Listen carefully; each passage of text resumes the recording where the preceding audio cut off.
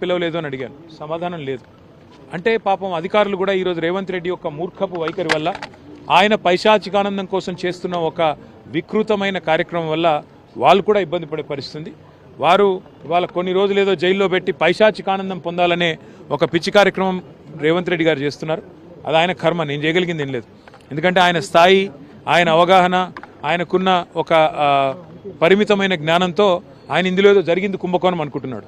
పచ్చ కామెరల వాడికి లోకమంతా పచ్చగానే కనబడ్డట్టు రేవంత్ రెడ్డి లాంటి దొంగకు అన్నిట్లో కూడా దొంగతనం జరుగుతుంది, అన్నిట్లో కూడా పైసలు తింటారనే ఒక దిక్కుమాలిన ఆలోచన ఉండొచ్చు. కానీ నేను ఒక్క పైసా అవినీతి చేయలేదు. నేను మళ్ళీ చెప్తా ఉన్నా, మీరు రేపు రేవంత్ రెడ్డి గారు మీరు రండి, లేదా మీరు మమ్మల్ని మీ జూబ్లీ హిల్స్ ప్యాలెస్కి రమ్మంటే వస్తా, ఇద్దరం కూర్చుందాం. నువ్వు లై డిటెక్టర్ పెట్టు, ఓపెన్ లైవ్ కెమెరాలు పెట్టుంది, నేను మాట్లాడతా, నువ్వు మాట్లాడు.